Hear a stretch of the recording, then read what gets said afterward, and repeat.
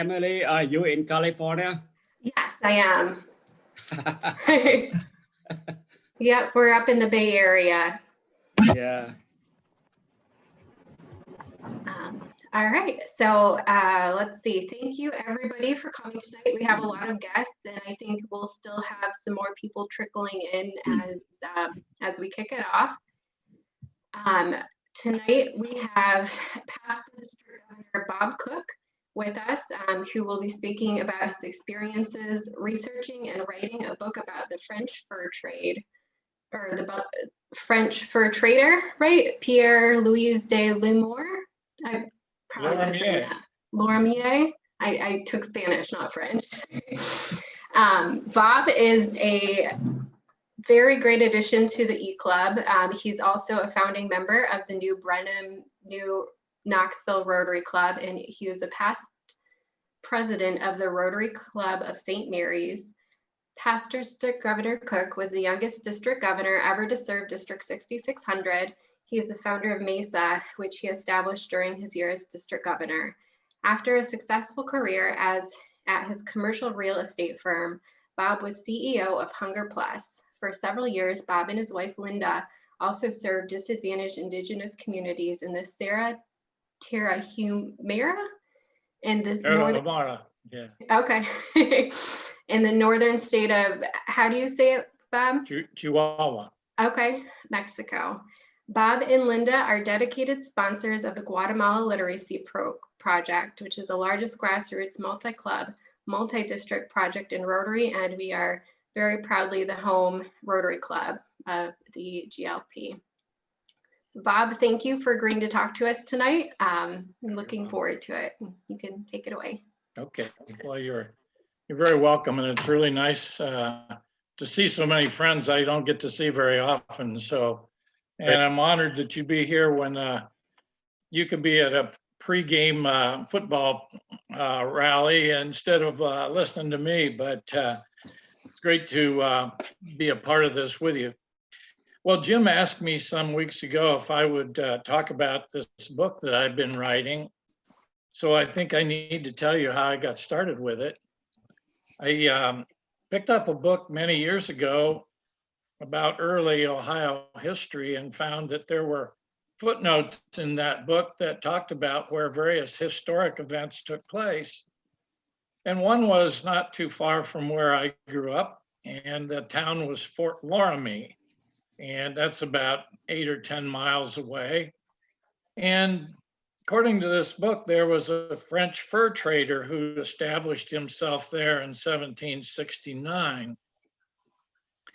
Well, in 1782, George Rogers Clark burned the store because he was providing ammunition and supplies to Native Americans who were conducting raids against the Kentucky settlements and those in southern Ohio, because he was decidedly a partisan on the British side during the Revolutionary War. So I thought, my goodness, I wonder if anything still exists there. So with my trusty little metal detector, I went over there, never dreaming that I would find anything. And wouldn't you know, the first day I'm there, I hit the mother lode, and all kinds of things started coming out of the ground. And I thought it might be fun for you to see some of them. So this is one. What I would suggest is, people, you know how to do your speaker view. If you move your mouse up at the top, you'll see a choice of speaker view or gallery view. If it says gallery or speaker view, you're in gallery view. So just click it and it'll go to speaker view, and then you'll be able to see what Bob's holding up. I went to speaker view. I don't know whether that helps. But as you can see, this is a compass with the paper, and the needle and everything is still in place. Who owned it? I have no idea. Then some other things show up. This is the lock mechanism off of a French Charleville musket.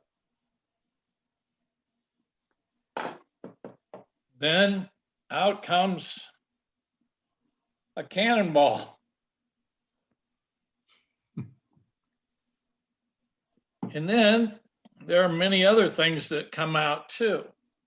Anybody know what this is?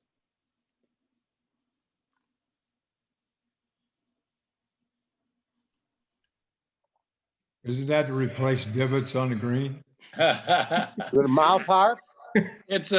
You're right, it's a juice harp, what they call a juice harp. Have you ever seen one before or heard one? Yes. Yeah, I played one. That's what they sound like, and we find a lot of those on trade sites in Ohio. So those are typical kinds of things. Here's a little thing that's in gold.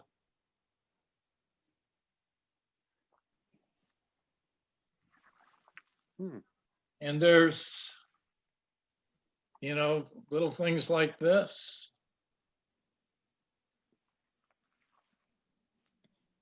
And part of a watch. And this is a definite trade item.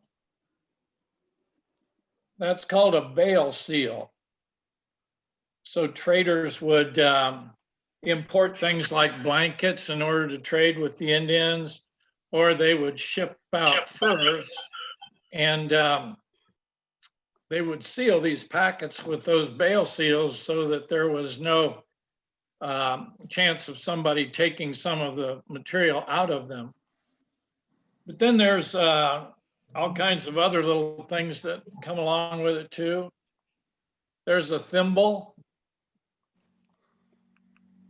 Here's a thing called a tinkler. Does anybody know what a tinkler is? Better not say. The Indians would very often wear a lot of fringed garments with twisted fringe, and they would crimp little pieces of metal on there so that when they walked, they would make a tinkling sound. And there's just so many things I could show you, but I'm just picking out some of the small stuff. There's buckles. Bob, can I ask, are these all things that you found in one area? Why wasn't historically archaeological digs? I mean, those are done around our area all the time. Well, 30 years ago, nobody paid any attention to this site. And there was and by the way, I took all this stuff to the Ohio Historical Society, so they were aware that there was a really interesting place there. But they've never come up to excavate it. In the meantime, the site is in the middle of a plowed field. So I was working on finding these things in between crop rotations. And the things that are being found there now are much more deteriorated than what was found when I was there 30 years ago because of chemical fertilizers and pesticides and all of that sort of thing. Here's something else that's maybe of interest to you. These are Spanish coins that have been found there. And interestingly enough, they made change by cutting these coins. So it would be by weight that you would make change. And this would be a quarter. And then there's always this subject of these have holes punched in them because a lot of the native people like to wear them, either on their ears or in their nose. So that was very common. But we found a lot of Spanish coins there. And there's lots of things that still need to be identified. Here is a cufflink, and it has initials in it, NC. I have not been able to find out who was there with those initials. But it's one of those little mysteries that still might be determined. Well, what can I tell you about the book? I categorized all these things, cleaned them up, stored them. And I told myself at some point, I'm going to be retired. And when I do, I want to write a book about identifying who this guy was and what he was doing. Well, that time has come. And so I've been researching this book. And it's taken me from Montreal, Canada, where this fur trader grew up. He was the son of a very famous French military officer who was present at the Battle of the Plains of Abraham during the French and Indian War. His father was also a fur trader on the side. So when his son, Pierre Louis de Lormier, was 20 years old, he brought him to Ohio and set him up in the fur trade. And this was in Shawnee territory, not too far from Blackhoof's town at Wapakoneta.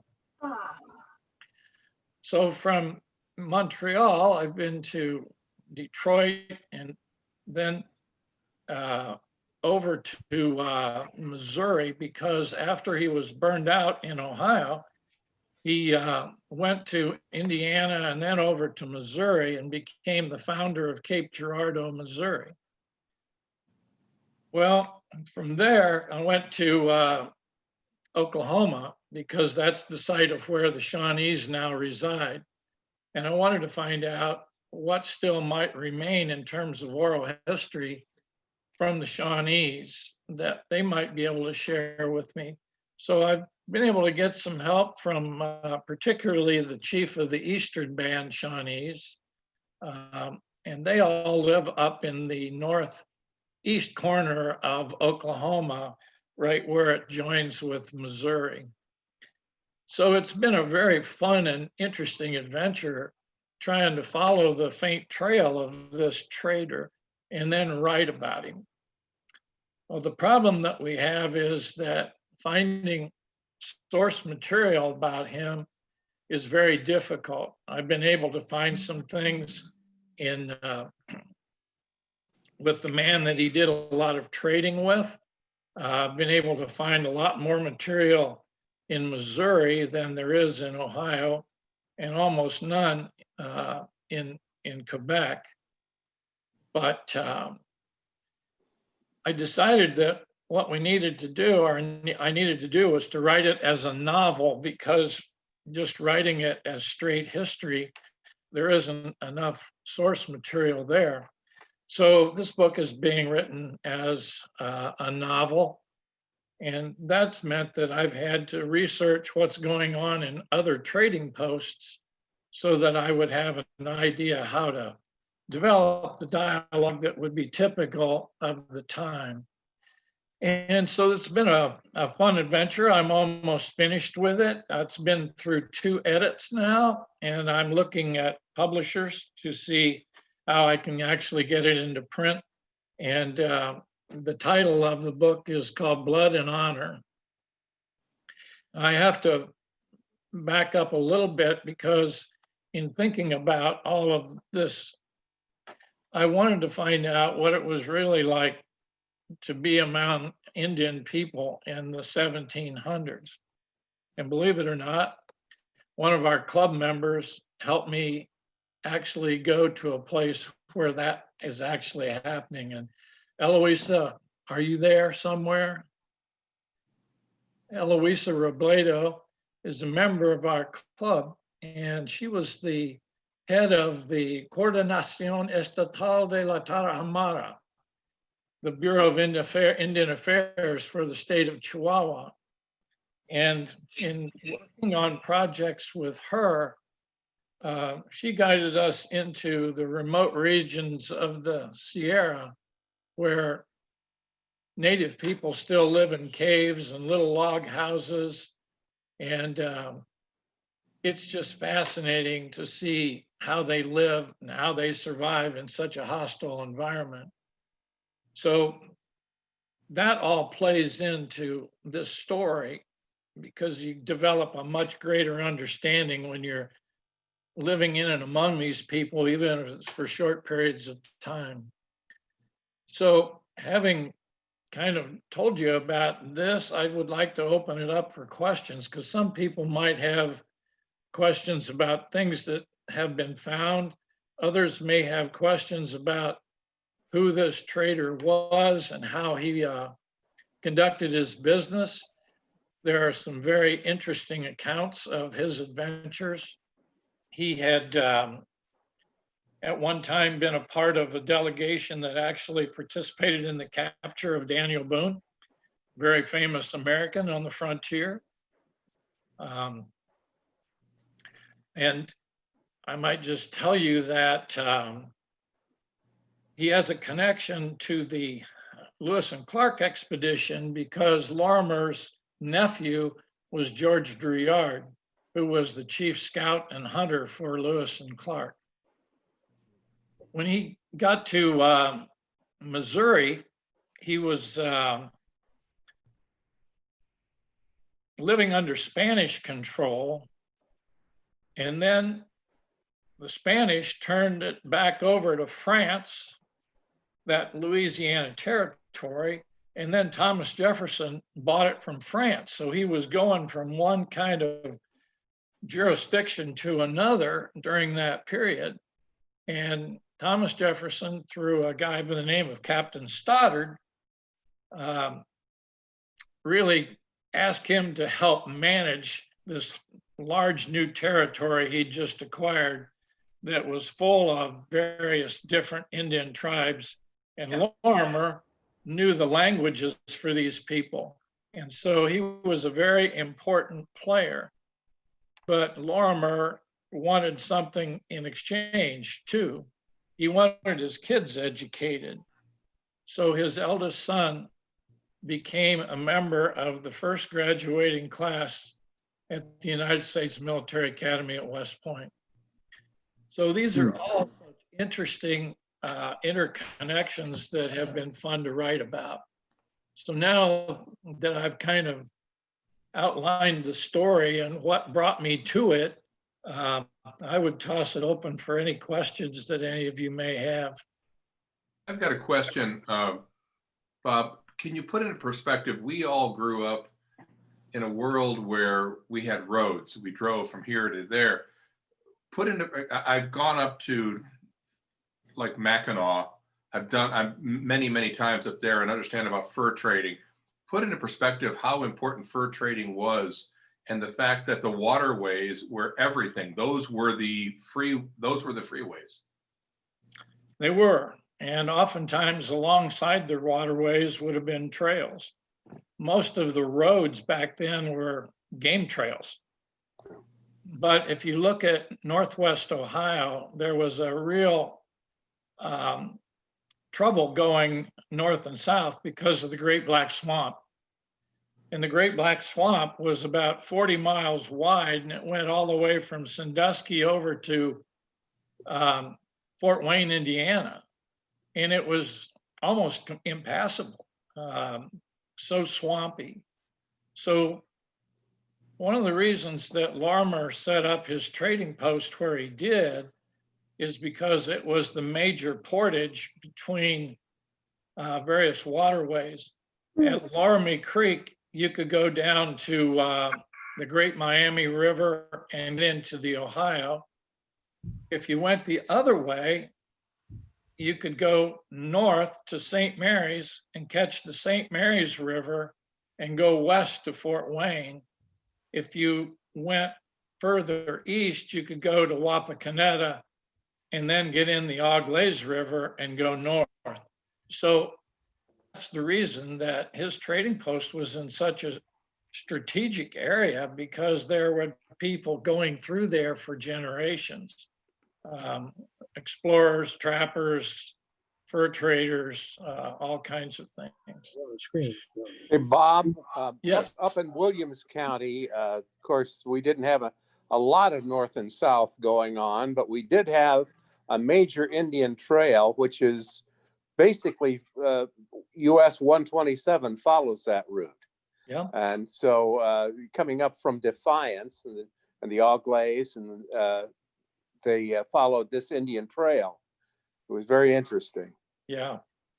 Well, it's one of the fascinating things about this location at Laramie, Dave, is that later Matt Anthony Wayne came up and built a fort there as well.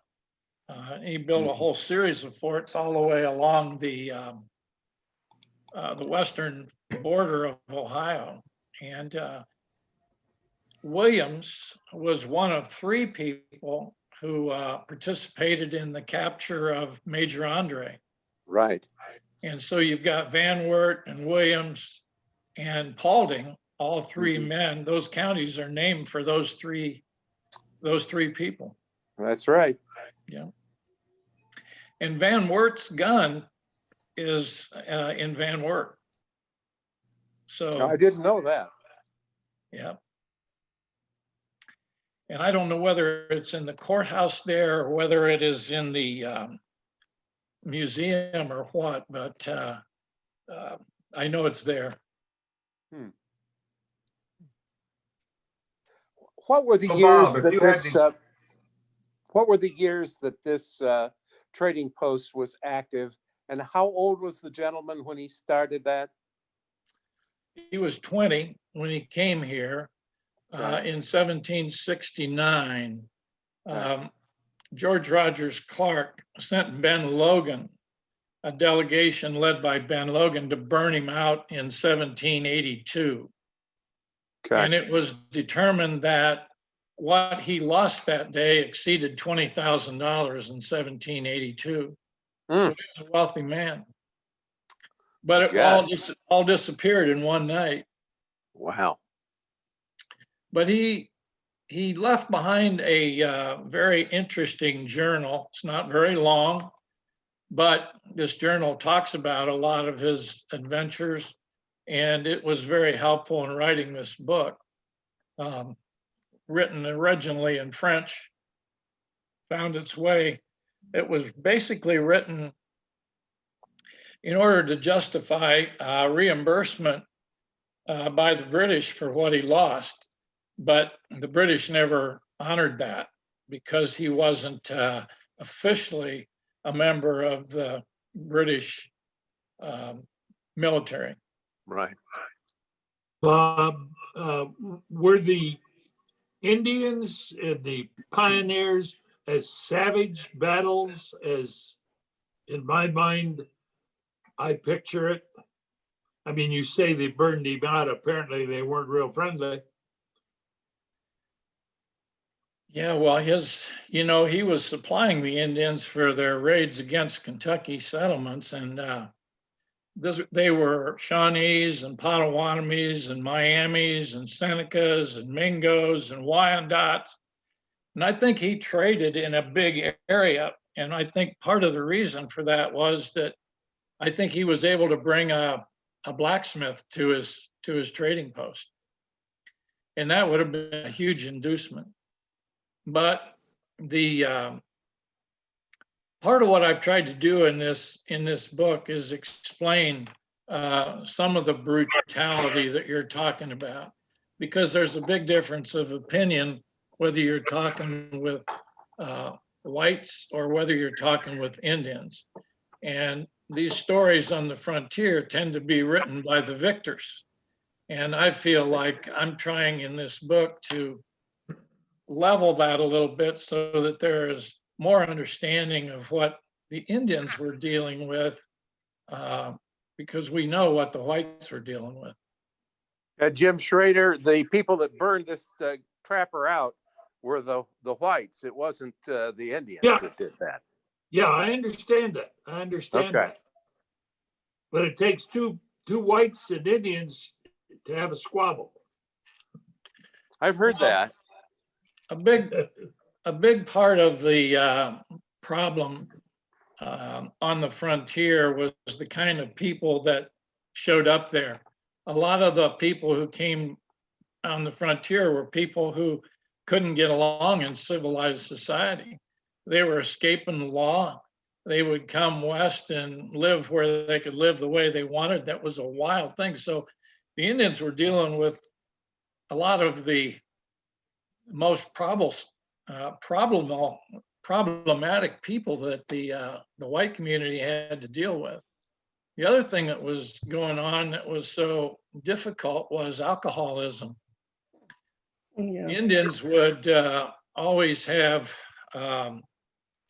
they had alcohol as a part of their religious ceremonies because they would get visions as a result of consuming alcohol, but the alcohol was fermented alcohol.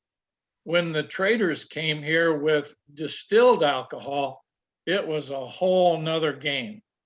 And that complicated things because they used it to take advantage of the Indians in trade. They used it to take advantage of them in treaty negotiations for land issues. And Indians didn't have any sense of fee simple. That was a total foreign concept to them. They would live on a piece of land. When they left, somebody else could occupy it. But Europeans who came here, they wanted it all staked out, and they wanted to know that exactly where their boundaries were. And so it was a whole different mindset.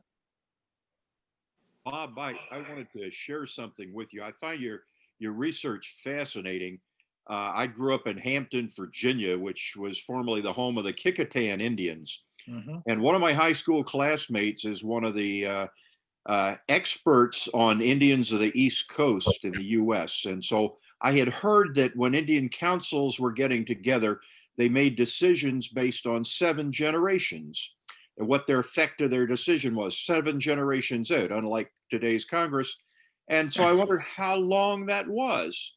You know, how long did an Indian live? So I asked her, and Helen Roundtree is her name, Dr. Helen Roundtree. She said, by the age of 35, you were generally a grandfather. And 45 was kind of the max age. So fascinating stuff, and my congrats on the work you've done. That's really super. Well, it's just been a whole lot of fun for me. And to confirm what you're saying, one of the most difficult things about Indians is was the diseases that Americans or that Europeans brought here. There was thought that by 1650, as many as 90% of the Indians on the East Coast had already been wiped out with syphilis and measles and all these different diseases, typhoid. You know, they were just, smallpox was a big one. And I mean, it really ravaged those people. And of course, as they moved west, they brought a lot of that stuff with them, and it affected the other tribes as well. You know. I have a question for you. Sure, Emily. I'm not sure if you know, I'm actually an archaeologist, and I just want to thank you so much for taking the time and the energy to do the research and to putting this into a publication, because I think it's, you know, super, super important to get everything on the record, et cetera. I guess my question is, have you heard of the Archaeological Society of Ohio? Or have you been with any memberships of the local organizations? Just because the Archaeological Society of Ohio includes a quarterly journal that they put out, and they'll accept publications. And I think it would be great to see, you know, an excerpt of your book go out to the society with, the hopes that maybe a student or a local university or somebody, that's local there would reach out and want to do some more further research, do some digging, get the funding and all that. Well, that's a very good suggestion, Emily. If you got a name for me at all? If you go to ohioarch.org, they have contact information, and they have information about submitting articles.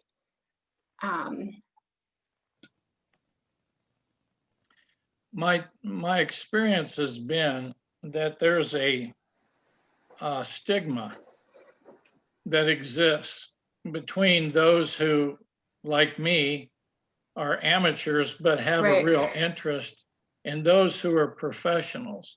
And I think that especially exists in Ohio. It's always been a frustrating thing for me, and I know a lot of other people too.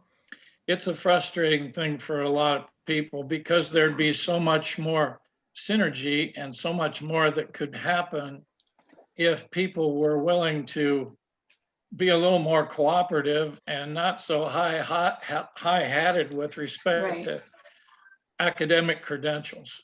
Definitely. The Archaeological Society of Ohio does, they seem to be more geared probably towards the amateurs. They offer, I think it's quarterly meetings at some of the local chapters, where it mostly ends up being more of, say, like a show and tell, where you bring your collection in for people to look at. So not having the credentials would, I would assume, be a little more received in that kind of environment. And I do know, like, my former professors all subscribed as well, because, as much as there's a huge issue with elitism and academic, in that field, there's also a lot of people too that, acknowledge that it's important to have people like yourself that have the time and the energy and the dedication to actually put the work in, and are able to do it without having somebody write you a check and pay that. Yeah. Well, I know a lot of amateurs who are passionately interested in this, but they really are not regarded well. And a part of it is a image that's incorrect. There are a lot of people who feel that people are out digging up Indian graves and doing things that are inappropriate. But I can tell you that, I've been to the Ohio Historical Society to show them what I have. They did come up to the site and they recognized its importance. In fact, they made the city move a lift station that was going to go on this site, and they made them move it because of its historical interest. But then nothing ever happened. Right. And it just drifted on. In the meantime, all the things that are laying there in the ground are deteriorating, and they're not, in another few years, there's not going to be anything worthwhile. So I'm glad that we were able to get what we have.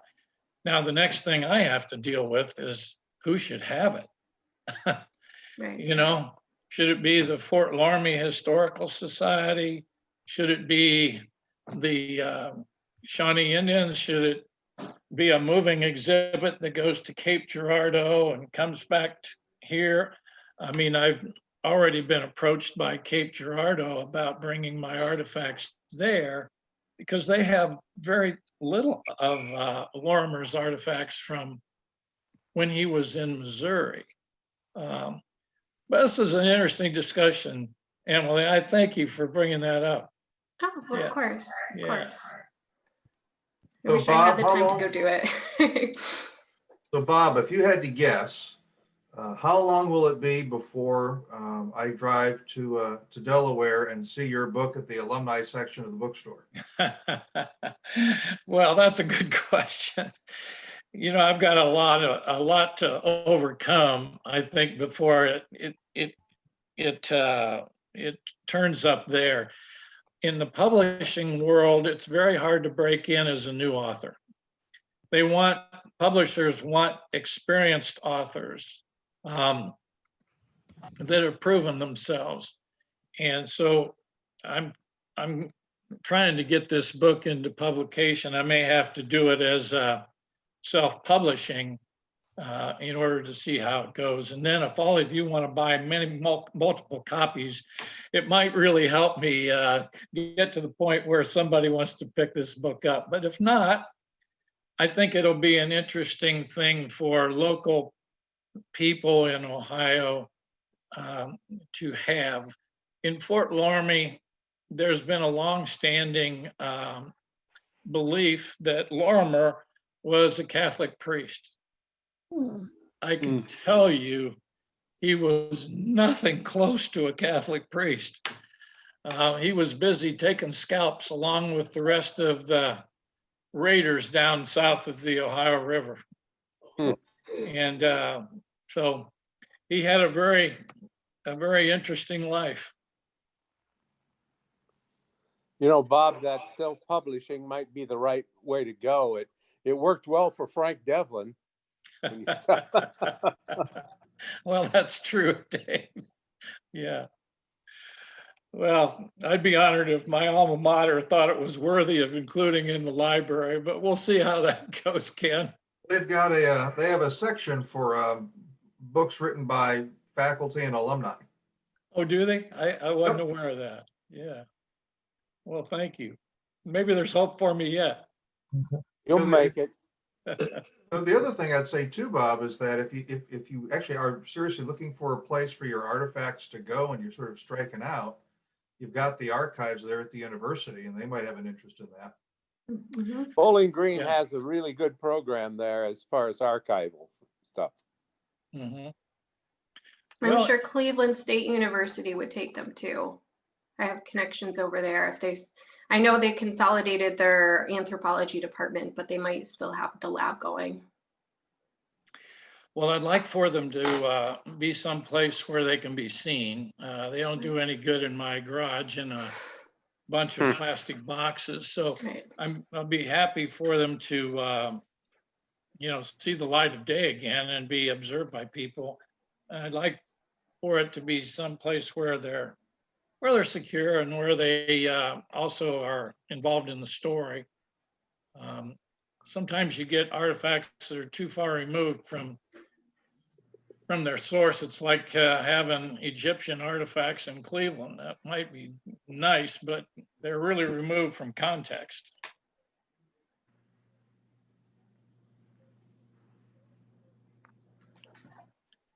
This story is of interest to all of you, and I hope maybe it is.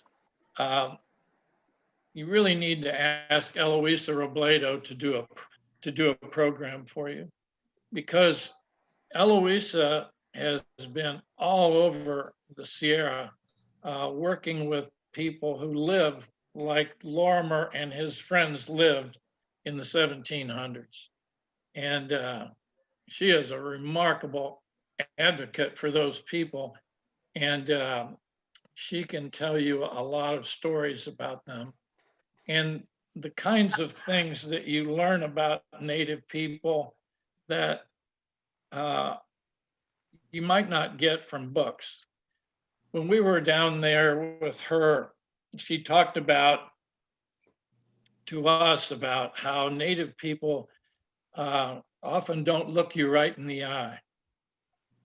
And I said, what's the reason for that? And she said, because Native people think that your eyes are the window to the soul. And therefore, if you look deeply into someone else's eyes, you are invading their most personal space. Ooh. Now, for us who live in this world of business and professions, we have this feeling that if you don't look somebody in the eye, you're being deceptive. It's just the opposite. And then there's so many of those kinds of things that Eloisa can tell you about that would be very interesting to you. When you shake hands with a Tarahumara Indian it's not a firm grip. It's more sliding like this. They don't want to try and give you a firm handshake that's going to show domination or any kind of message like that. And then their greetings for one another, and when they say goodbye, there's no real word for goodbye in their language. They say "Ariochiba," and it kind of translates, Eloisa, to what? Till we meet again, something like that. May God go with you on your way till we meet again. Yeah. Okay. So there's a lot Onuruame of- e yeruame, the concept of God. Yeah. Okay. Which would be, it isn't God, one God. It's Father and Mother God. Yes. There you go. May He go with. There's a whole lot that Eloisa can tell you that has a lot of application for the way Native people think, whether they're in Mexico or whether they're further north. And it's all just so fascinating to me. It's always been a real treasure for us to go there and meet these people. I want to say thank you. I still, in a very deep sense, and of course you know it, and the rest of you will know, the relationship that I was so privileged to develop with the Raramuri, so deeply touched my heart, and I still, continue to speak for them. And I just want to say, Mateteraba. Mateteraba means thank you. It's a heartfelt thank you, and it also includes may you be good and may all good things come to you from them. Thank you so very much, because as I was going to be presenting on that occasion at the district convention in Lubbock, and then we were going to say thank you for the support that Hunger Plus had sent to some of the villages. I asked the Raramuri, Cherame, Siriame, who is the authority, and I said, would you like me to say to the people I'm going to speak on your behalf? And he said, just say thank you and tell them that we're still here, that we exist. And I said, something else? No, he said, that is plenty for them to know that we are here, that we are alive. So thank you so very much for your presentation. Of course, the book is to me was such a delight. And of course, reminiscing on the times that you were down there and that we danced under the moon. We slept on petates and we had tezuino. It was just great. And I commend you and Linda for making that adventure. Well, those are some of the most happy experiences of my life. Those were really special times. Yeah. And we have you to thank for that, Eloisa. Well, I was just the instrument, Bob, and I'm happy to have helped in that way. But to us, it was very meaningful to have somebody, with such a vast knowledge and experience to go down there and to take so many risks. Mm-hmm. Not as many as today, but then again, there still were some. So thank you. Sure. Well, I hope at some point the club will invite you to talk about your ongoing project with reforestation, because that is a dynamite project.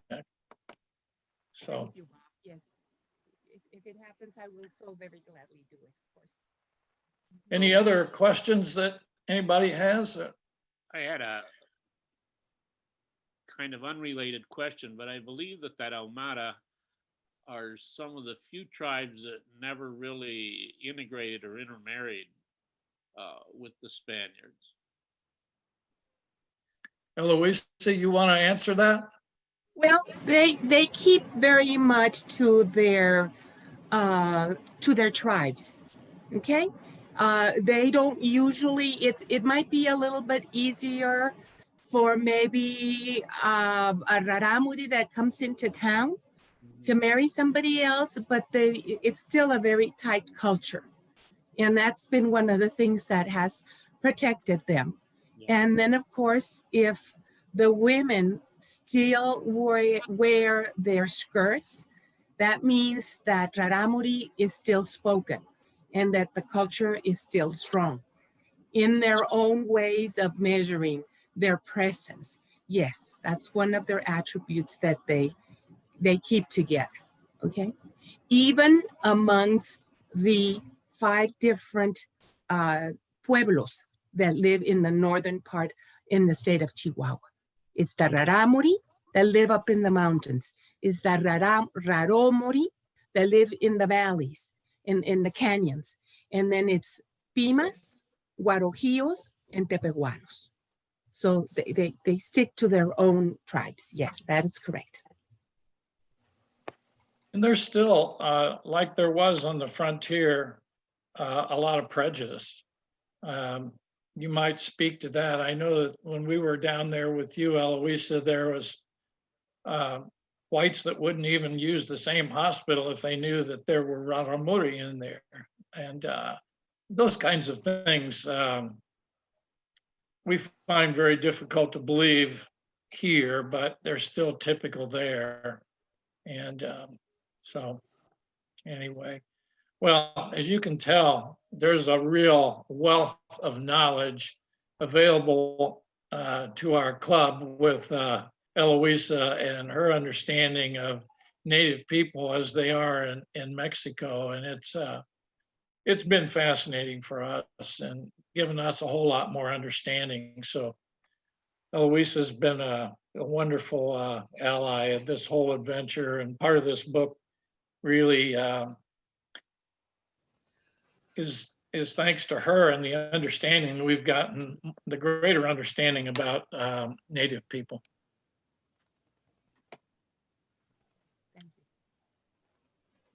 Well, we've got about 10 minutes until kickoff. I don't want to hold anybody. I'd be very unpopular if I had any of you Buckeyes miss the kickoff. So I'll stay as long as you want. But Emily, I'll give it back to you. All right. Thank you so much, Bob. That was wonderful. And Eloise, I will definitely have you do a presentation. We'll figure out when we can get you in. It would be great to have you talk. I'm going to speed us right through the business portion of our meeting. In district news, Keith had to go, but he is graciously offering each of the Rotary clubs in our district a Rotary tent to use at their various events. I talked with Keith over the weekend. We are going to get ours, and we are going to figure out how to get it down to Joe and Howard in Guatemala so that it can be used at the Guatemala Literacy Program events. So I would say thank you to Keith, but he had to pop off, but thank you to any of the other district leaders that are with us tonight. Other news, the Rotary One Rotary Summit is going to be virtual this year. They just sent out an email. It'll be February 27th from 9 a.m. to noon Eastern Standard Time.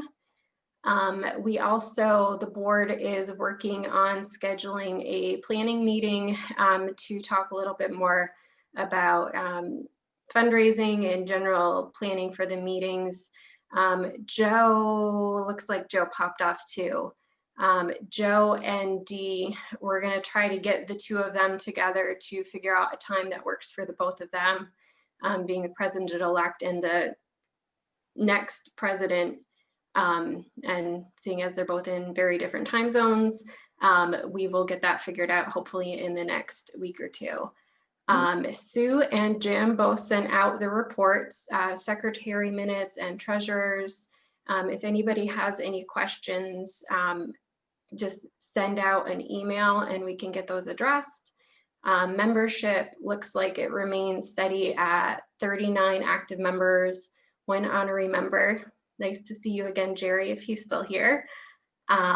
Program report, Steve Miller couldn't be with us tonight. He sent out program assignments to the beginning part of the alphabet. If you can get those to Steve before your due date, that would be great. He'll send out another group of assignments in April or May. Ken, do you want to give a quick foundation report to the group? Well, we were going to surprise somebody, but the surprise E is not here. So no surprises tonight. Go Bucks. Yay, go Bucks. All right. I think that concludes our meeting. If anybody wants to stick around, we have eight more minutes before kickoff, but I know everybody has to go get settled, take a quick break, get some beers, get some snacks. Thank you everybody so much for coming. Thanks again, Bob. Great presentation. Please keep us posted on the publication process. I know I definitely will be ordering a book from you, and I'm sure you'll have many other people in our club that are interested as well. Well, thank you for letting me talk about one of my favorite subjects. So it was a pleasure. Thank you. Thanks, guys. All right. Be safe, Rotarians. Good to see you, Jim. Yeah, good to see you all. Take care. Bye, guys. Thank you. Sue, we can, oh, did Sue leave too? All right. Bye.